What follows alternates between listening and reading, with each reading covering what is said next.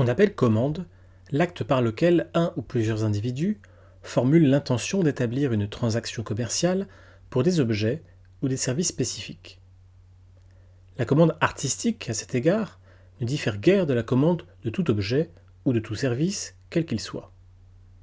L'étude de la commande artistique relève donc de ce que l'on appelle l'histoire sociale et économique de l'art. Précisons toutefois quelques éléments complémentaires quant à la nature propre de la commande artistique. Commençons d'abord par souligner que la commande, parce qu'elle est une transaction, engage à la fois l'acheteur, celui que l'on appelle le commanditaire, et le vendeur, c'est-à-dire l'artiste. Cet engagement, cette transaction, fait toujours l'objet de ce que l'on pourrait appeler une contractualisation, c'est-à-dire la mise en place d'un certain nombre de principes qui sont décidés d'un commun accord entre le commanditaire et l'artiste. Il peut s'agir de détails iconographiques à intégrer dans l'œuvre finale, des dimensions de l'œuvre, des matériaux à utiliser pour l'exécuter et que le commanditaire peut s'engager à payer à l'avance, du lieu de destination, de la distance à laquelle l'œuvre doit se présenter devant et face au spectateur, la hauteur de son accrochage ou encore les délais à respecter pour la livraison ou l'exécution de l'œuvre. Notons ensuite que cette contractualisation peut être verbale ou écrite. Quand elle est simplement verbale, les historiens de l'art ne l'ont naturellement pas conservée. Ils doivent donc reconstituer les termes de la contractualisation, soit à travers des documents entourant la commande, comme des lettres, des témoignages, des pièces d'archives, soit par l'étude de l'œuvre elle-même, qui peut témoigner des choix effectués par l'artiste à partir de ce qui a été stipulé par le commanditaire. La contractualisation peut être également écrite. Dans ce cas, les historiens de l'art ont conservé les thèmes précis du contrat, qui a été écrit, décidé et souvent signé entre le commanditaire et l'artiste. Cette pratique du contrat est moins fréquente, ne serait-ce que parce que le consentement mutuel, purement verbal, suffit généralement à la contractualisation pour ce qui concerne les œuvres d'art de la période moderne. Les contrats sont généralement mis en place pour des commandes importantes qui nécessitent plusieurs années de travail et des moyens financiers considérables. C'est la raison pour laquelle les historiens de l'art ne disposent pas toujours de ces contrats et en fait relativement rarement, d'autant que ces contrats se perdent et peuvent être détruits avec le temps. Il arrive toutefois d'en avoir conservé certains, y compris pour les périodes les plus anciennes. C'est le cas par exemple du contrat par lequel Dirk Bouts s'engage à exécuter pour le maître-autel du Saint-Sacrement de l'église collégiale de Louvain le polyptyque du Saint-Sacrement dont nous avons déjà parlé dans le cadre du cours consacré à la Renaissance néerlandaise. Dans ce contrat signé le 15 mars 1464, est notamment précisé que le peintre doit représenter sur le panneau central la Sainte Seine avec le Christ et les 12 apôtres. Il est également noté que le peintre devra être conseillé pour le traitement des scènes par 2 professeurs de théologie de l'université de Louvain.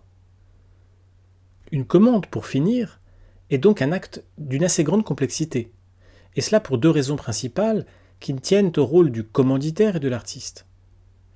D'une part, dans la mesure où il s'agit de prendre en compte les logiques, mais aussi les forces de l'offre et de la demande, on a généralement tendance à considérer que le commanditaire est toujours la figure dominante de la commande, puisque c'est lui qui tient les cordons de la bourse et qui prend contact avec un artiste en formulant auprès de lui un certain nombre de desiderata. Cette force de la demande est naturellement importante quand le commanditaire est important, quand il dispose d'un statut prestigieux, quand il est un prince, quand il est un roi, quand il est un pape. Il peut même, quand il bénéficie d'un grand ascendant sur l'artiste, instrumentaliser son art au profit de la diffusion de ses idées. On parlera alors de propagande, même si cette notion est discutée par les historiens de l'art et que l'on considère aujourd'hui que la propagande, au sens strict du terme, est relativement rare dans le domaine de l'art avant le développement des masses médias au XIXe siècle. Mais il ne faut pas oublier que l'artiste peut lui aussi bénéficier d'une grande reconnaissance et d'une certaine forme d'autorité dans son art qui lui offre la possibilité d'influer sur les thèmes du contrat, sur le prix qui lui est proposé ou encore sur les délais qui sont exigés de sa part. Il faut donc, lorsque l'on analyse une commande, toujours prendre en considération cette contractualisation comme un espace de négociation, comme un rapport de force où le bénéfice n'est pas toujours du côté du commanditaire. D'autre part, il convient de rappeler qu'une œuvre, produite et livrée, est toujours le résultat final des choix, des décisions et des opérations de l'artiste lui-même, qui doit en quelque sorte prendre en charge les termes de la contractualisation pour les transformer en une œuvre. S'il n'y répond pas, s'il ne livre pas l'œuvre à temps ou s'il demande un prix plus élevé, son œuvre peut être refusée ou faire l'objet de longues tractations, à l'image de la Vierge au rocher de Léonard de Vinci, dont la version du Louvre n'est finalement pas livrée en raison d'une demande de paiement supplémentaire de la part de l'artiste et de ses assistants. Ce n'est qu'après l'accord des deux parties qu'est finalement livrée la version de Londres. Nous avons évoqué dans l'excursus consacré au portrait individuel la notion de politique, telle qu'elle a été définie par l'amateur d'art français Roger Depille, pour qualifier les relations établies entre le portraitiste et son modèle. Il conviendrait sans doute d'utiliser le terme de politique ou de diplomatique pour évoquer également la façon dont un artiste répond ou non aux demandes de son commanditaire, mais aussi la manière dont il doit tenir compte de l'idée que le commanditaire se fait de l'œuvre qu'il souhaite acquérir. Dans ce domaine, en effet, un artiste doit faire preuve d'une grande intelligence, d'une grande finesse, car tous les termes d'une contractualisation ne sont pas toujours fixés dans le contrat verbal ou écrit. Pour qu'une commande soit un succès, il faut que les attentes du commanditaire comme de l'artiste soient comblées. Cette fusion des attentes a été appelée horizon d'attente, Erwartungshorizont, par le critique littéraire allemand Hans Robert Jauss. On comprend en effet qu'il soit essentiel pour un commanditaire de voir ses attentes comblées. Il convient toutefois de souligner qu'il est possible de combler de différentes façons une attente. Un artiste peut faire très exactement ce qui lui est demandé, au risque de produire une œuvre qui peut paraître banale ou conventionnelle. On qualifierait aujourd'hui cette œuvre de commerciale.